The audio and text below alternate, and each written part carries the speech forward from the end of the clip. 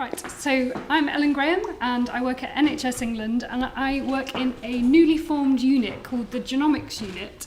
And why that's important, and I think it's important to just talk a little bit about what the unit does, is because it's the first time within my organisation that we've set up a specific place where all of the activity around genomics comes together.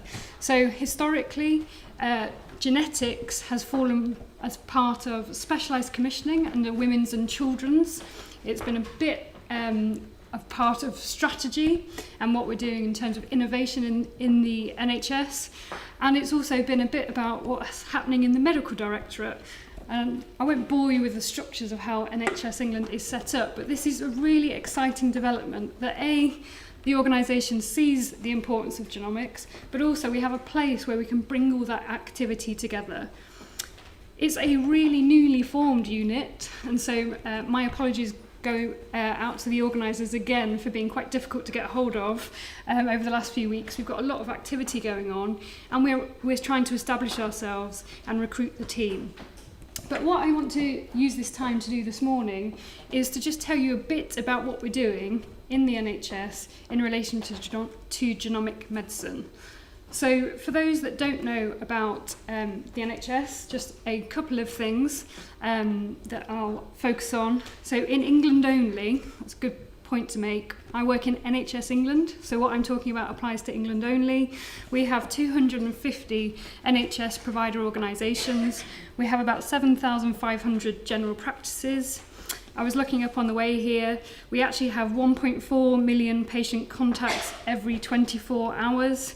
And we have a patient record which covers the longitudinal care for patients, linked with a unique NHS number. And what we've been thinking about in the NHS is the long-term plan. So I don't know if many of you have heard of the NHS 5-year forward view. Should we have a show of hands? Has anyone heard of that? Oh, a good mix. So that plan, I think, was published back in, I think it was 2014 now, and that plan brought together the leadership across the healthcare system to set out what the key challenges are for the NHS and the things that we're tackling at the moment. So we've got increased demand, we've got patients with more complex needs, and we've got a very acute funding challenge. So it's a very live issue, as you'll have seen all over the media this weekend, as we've now had £20 billion more money identified, but we've got to work out exactly what that means and where the money's going to be spent, which I think is very relevant for today's discussion. But what the 5-year forward view talked about is kind of two areas of focus for how we can tackle those challenges. One was about thinking about how to focus on prevention, so the upstream interventions to help reduce the help improve people's health and reduce the amount of interventions that people need. So we identify disease early, we can help prevent people becoming ill in the first place. So dealing with childhood obesity when it's reached the NHS is already too late. So it's talking about all of those issues. And is talking about when people do need healthcare interventions, that we are personalising those interventions. So we're making sure that patients get the right treatment at the right time, and that treatment is tailored to their needs. So we can make sure that people are getting the best outcomes, and we're improving the value. So fundamentally, this is about moving towards a value-based healthcare system focused on improving health. What we have in terms of genetic infrastructure or genomic infrastructure, I'll just say, when I talk about genomics, I'm going to use the World Health Organization definition, which I think basically means genetics and genomics. So when I use that term, I'm talking about both. But what we have in the NHS is currently we have 23 regional genetic laboratories, and we have 17 regional clinical genetic services. So my team will be working with our regional hubs to look at the way that we commission those services. We have a number of laboratories, and at the moment in the NHS we are performing in the region of It says 400,000 genetic and genomic tests here. If you see slides from other people, you'll see a number between 300,000. Some people might say 350,000. I think the point is we don't know exactly how many tests are done, but we know it's in that region. And the tests that are performed are from single genes through to whole exome sequencing. Whole genome sequencing is not currently available in the NHS apart from through research projects. And the way that the NHS has been structured is that we've invested in something called the UK Genetic Testing Network. So I don't know if many of you have heard of that, but the UK Genetic Testing Network was established, I think, about 15 years ago, and they have helped to evaluate tests, to set out where tests were being performed in the UK, and to put some structure around the commissioning system. UK Genetic Testing Network has now been brought into NHS England, and they now sit within the Genomics unit. So people have been talking about the potential of genomic medicine for a number of years. I think it was Tony Blair, I can't remember what year, there was a white paper published which talked about all the potential of genomic medicine and how it could transform care. But also back in 2012, David Cameron announced that we would deliver the 100,000 Genomes project here in England, well, the UK. I'll let Claire tell you all about the science and the details and everything. So any hard questions about 100,000 Genomes project, please wait till Claire comes on and she'll answer them for you. But what has been really unique about the 100,000 Genomes project is that it's been delivered through a unique partnership between the NHS and Genomics England, which was a company set up by the Secretary of State to deliver the project. And what's been unique about it is at the beginning of the project, there was lots of discussion about how best to go about hitting this number.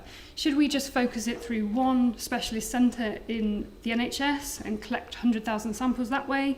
And actually what was decided would be the best way forward is to actually structure it across the NHS so we get access across the population, but also we'd be building that infrastructure for the future. So we've set up 13 genomic medicine centres across the NHS, and they've been responsible for identifying the patients, seeking patient consent, collecting the samples, working to the standards, working with patients and the public to collect that, the samples and the people to participate within the project. So that's been really unique about the NHS, and we'll come back to that later on, but that's really helped to create the infrastructure for the future. But as we went through the project, and actually not just from the project, there's been lots of reports and evidence that's been published about what's been happening in the NHS in relation to access to testing, such as the Cancer Task Force report talking about access to molecular diagnostics and others. And there's lots of challenges we have in the NHS at the moment. I don't think we're the only healthcare system facing these challenges, but we know that we've got variability in access to tests. So actually not everyone is accessing the tests they should be accessing. I can't remember the numbers exactly, but I think it was about 16,000 people were missing out on their cancer molecular diagnostics because they weren't being offered, which was meaning they weren't accessing the drugs that they should have been receiving access to. We saw through the project that there was a huge variation in quality in terms of DNA extraction, and again I'm sure Claire will talk about this a bit more, but I think we naively thought at the beginning of the project that everyone could do DNA extraction to the same level across the NHS, and when we started it we found actually we weren't, so there was lots of work to do there.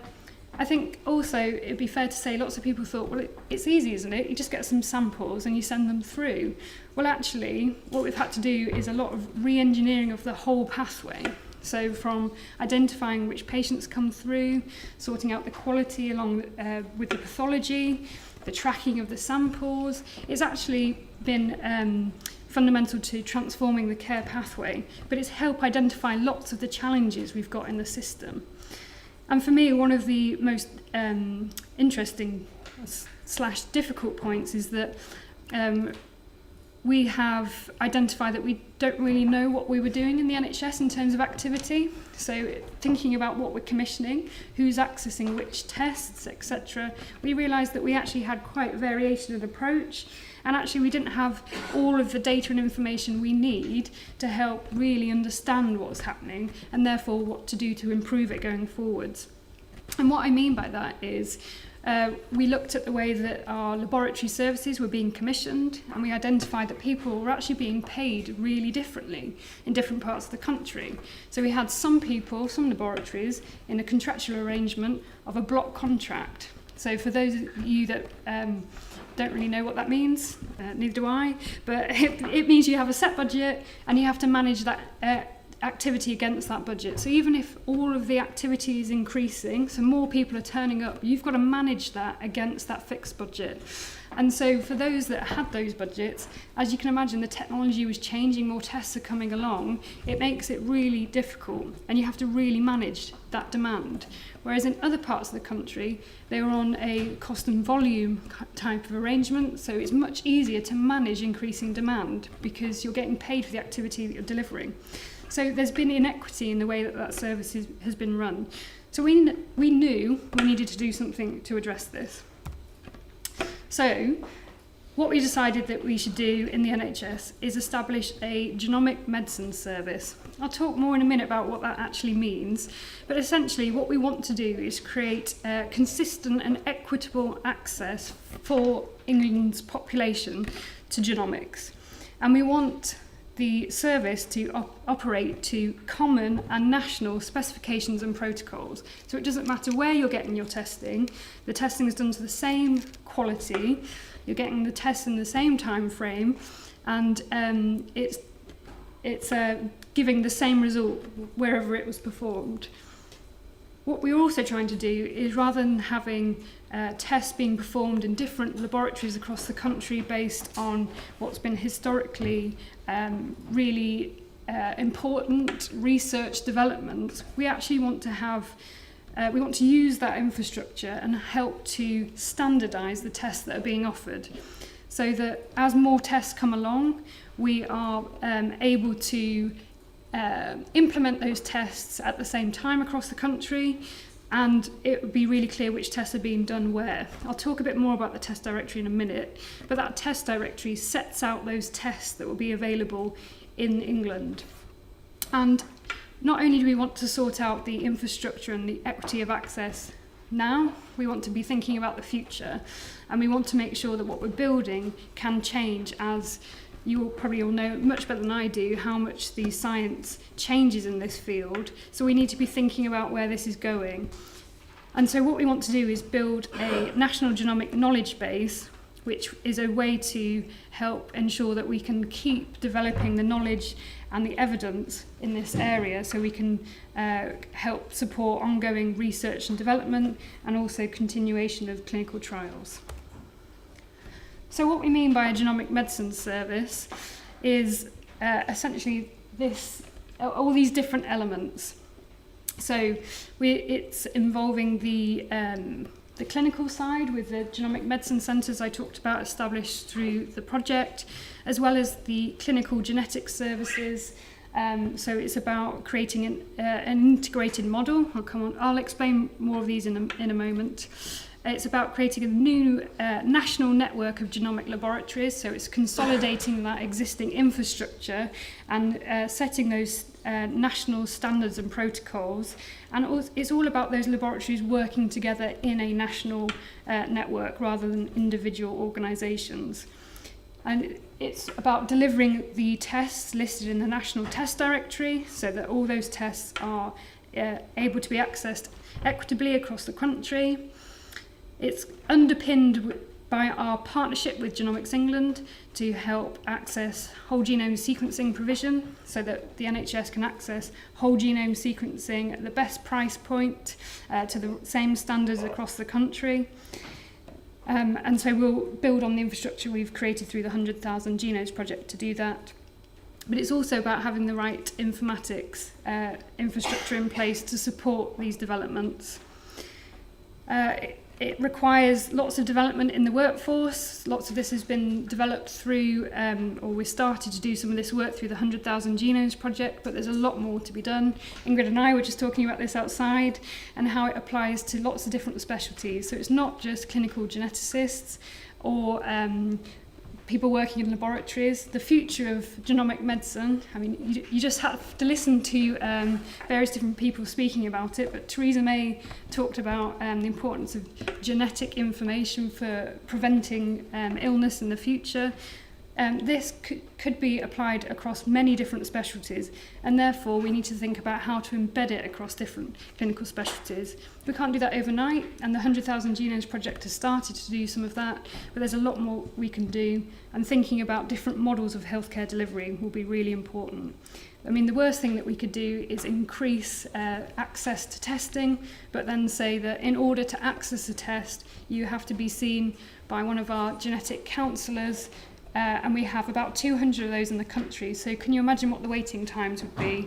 That people would be waiting years for a test. So we would have sorted out provision of the testing, but no one would be able to access it. So we need to think really carefully about how we actually use the expertise, how we make sure that patients are receiving the care that they need, but we have the right people in place to deliver it. And all of this needs to be underpinned by those relationships and partnerships with industry and academia. Just actually going back to this, so in NHS England, we, as the National Commissioner for the Genomic Laboratories for Rare Disease, we have the oversight of this. Cancer testing is funded slightly differently, but we are putting the infrastructure in for both rare diseases and cancer. And we commission directly the clinical genetics services. So we have that strategic oversight role, but we also see our role as needing to bring the system partners together and provide some of that oversight and direction of travel within the NHS.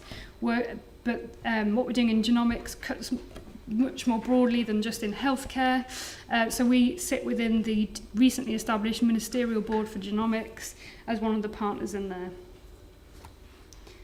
So the new laboratory infrastructure that I've talked about, I can't say too much about this at the moment because we are in a live procurement, but we are out to procure up to 7 genomic laboratory hubs across these large geographies.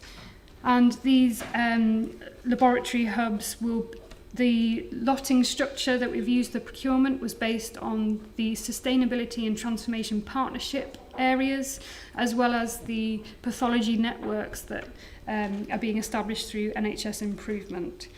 So when we finish the procurement, we will have identified up to 7 genomic laboratory hubs, and essentially we set out a very detailed service specification about how what the services require, the standards that need to be met, and how these services will work together nationally.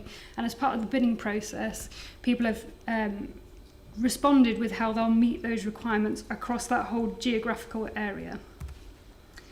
And just in terms of timescales, we've been working towards having these new laboratory infrastructure in place for October this year.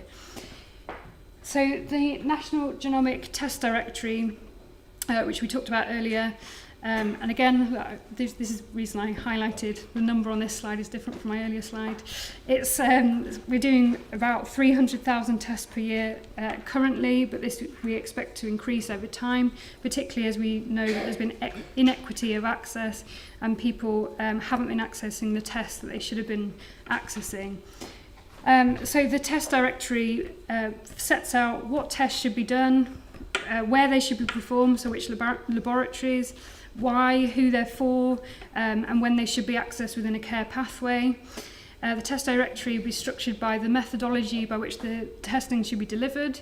So what we found through the project and actually through what's been happening in our genetic laboratories is that some tests were still being done as single genes when they should have been being done by panels, or the evidence suggested you could do them by panel testing, and that would have been a better way forward. And actually we just have this huge list of tests that were being performed, which some of them could have been replaced by others.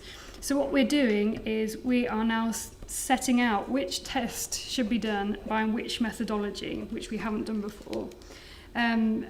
So what's useful and helpful for the commissioning system going forward is we have a mechanism in order to replace previous tests. I think it's also helpful to point out that the test directory, the first test directory, the 1819 test directory, is the first test directory. So we're at the start of our journey. We've built this from the UK GTN directory of tests that was developed for rare disease, but there's never been one developed for cancer.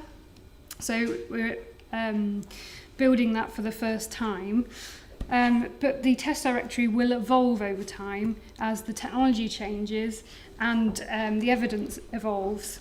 So the directory, like I said, will be updated annually, and we'll set a really clear and transparent process about how we will update that test directory. So similar to other commissioning policies in the NHS, we'll need to set out how we evaluate new tests, but also how we then prioritise between new tests. So if, particularly over time, as evidence develops that testing should be delivered in for different clinical indications, how are we going to make a decision between them? We do have a fixed budget, so we'll need to have a clear process for how we choose which ones we prioritise. In order to help us do this, we'll set up a committee of clinical and scientific experts, and we'll go out and publicly recruit those to help support us to implement this process, and we'll put more information out about how this will operate later this year. I think it would be fair to say that this process will clearly need to evolve over time as we get more information, as we learn more about the process, but actually we've got a lot to learn from other countries. I'm sorry I can't stay today because I think there's some really interesting talks coming up about what other countries are doing in this space. But from the people I've spoken to, we're all really grappling with this at the moment. It's really quite difficult to make informed decisions, and particularly about how you can evolve these things over time. And how you measure value in that space, that's really key for us. In terms of the clinical service, so we want to create an integrated model. So our clinical geneticists, we can work closely with our laboratory staff. That happens at the moment. We want to maintain that and strengthen that going forwards. But we also want to help support that network, that national working. It's a national service. So we can have national experts supporting different laboratories and different clinicians across the service. And we want to integrate that with the cancer services. So rather than genetics being seen over here, this is an integrated model.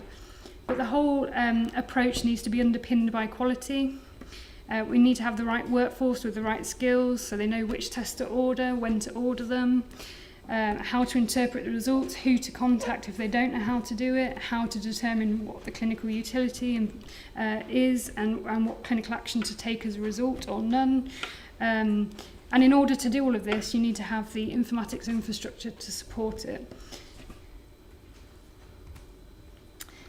I'm quite conscious that I've talked lots about structure and processes, but I think it's just important to think about what we've been doing to work with patients and what we want to do to work with patients and the public going forward. So where we've got to today has only been possible because people have volunteered to take part in the project. They have chosen to participate, and without them we wouldn't be where we are today. They've helped to shape the direction of the project. There's a very active patient and public participatory group. I can't remember the exact name, Claire, I don't know if you're covering it in your talk, but I know that they've really helped shape how the results are given out through the project. They've been very clear when we've got things wrong in terms of information to participants about what's been happening, and they've also made sure that we remain focused on what's really important here, and that's been really key. We want to make sure we carry on doing that in the future. So our laboratories, our genomic medicine centres will all be working locally with their patient groups, but we need to build the patient voice into the programme going forwards so that we don't take for granted people's willingness to participate, and we're addressing any people's concerns as we build the infrastructure for the future. Part of our model for the future is about having a informed choice for patients. So this is about making sure when patients are offered a genomic test that they are clear about what choices they have in relation to it. So as part of having a genomic test, you need to know that your data might be shared with other clinicians across the geography, might be shared with clinicians across the country, or maybe even internationally. If you've got a really, really rare disease, people might need to collaborate across the world in order to understand that. So before people will be informed of what having a genomic test means. This happens currently, but we'll collect that consent or that choice in the system. But also at the same time, building on what Sally Davis said in the Generation Genome report, we want to offer people also the choice about participating in research rather than having a completely separate process for that. So we want to learn from what others are doing in this space. Australia have already implemented this. And we want to take this forward for the new service. We can learn from what we did in the 100,000 Genomes project, learn what worked well with that process, but equally how to make that a bit more appropriate for delivery in everyday care. And the ongoing research is really important. So I've talked a bit about this UK knowledge base. You see these two rings in the corner.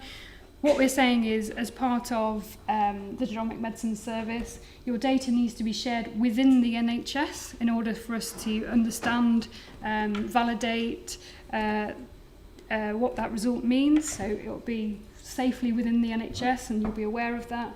But separately, you consent to go into that blue ring, which is about the de-identified world, for ongoing research via this database. And this is really fundamental for the future, so we can carry on building that knowledge and evidence to help support drug discovery, better drugs and interventions, and help improve the care that we deliver. It's a fundamental part of the model. So I talked a little bit earlier about how we've been able to get to where we've got to. The 100,000 Genomes project has been a huge catalyst for driving some of these changes forward.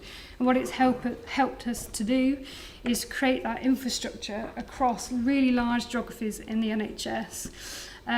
So we've got genomic-friendly pathways, particularly across a number of cancers that we've now been able to stand up. It's taken a lot of time and effort from lots of clinicians working out in the NHS. It's helped by doing this, by doing the project, lots of clinicians who I think at the beginning of the project said, this is just mad, why would you do this? This will never work. I think people have actually seen there is utility in this. We're still, I think it'd be fair to say, quite early in our journey on this. We haven't had huge amounts of results, but the results we have had have demonstrated that there's real value in what's come out of the 100,000 Genomes project. And I hope I've made clear that what I'm talking about for the future for the Genomic Medicine Service is not just about whole genome sequencing. We're talking about all genetic and genomic tests, but the 100,000 Genomes project's obviously been about whole genome sequencing, but we're talking about how to do whole genome sequencing as well as everything else in a structured way. What we've also seen through the project, and we will build on this for the future, is we haven't it wouldn't have been possible to do this without the partnerships across much broader groups. So the NHS couldn't have done this on their own, Genomics England couldn't have done it on their own. We've had to work in partnership with others such as academics, industry, across international, with other healthcare systems and with patients themselves. So this is fundamental for this model going forwards. And I think I'll just end by saying this is all, we're really excited about what we're doing in genomics and in genomic medicine, but we are at the very beginning of our journey. Although we've been doing genetic testing in the NHS for many years, where we want to be with the Genomic Medicine Service will evolve over time. So essentially we're putting that infrastructure in place and those mechanisms in order to be able to implement new technology and new science as it and evidence as it becomes available. But what the system looks like in October this year is very different from what it will look like in the future. And this is really important, particularly given the £20 billion announcement earlier this week.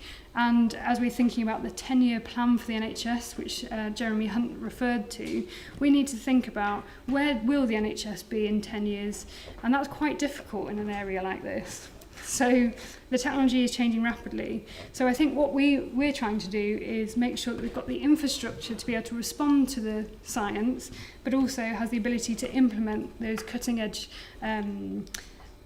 interventions for patients, and making sure that all patients can access them where it's equitable to do. So we want to make sure patients access them equitably. So it's not just because you're receiving your care in the best centre in the country, it's because we've made sure that access is delivered equitably.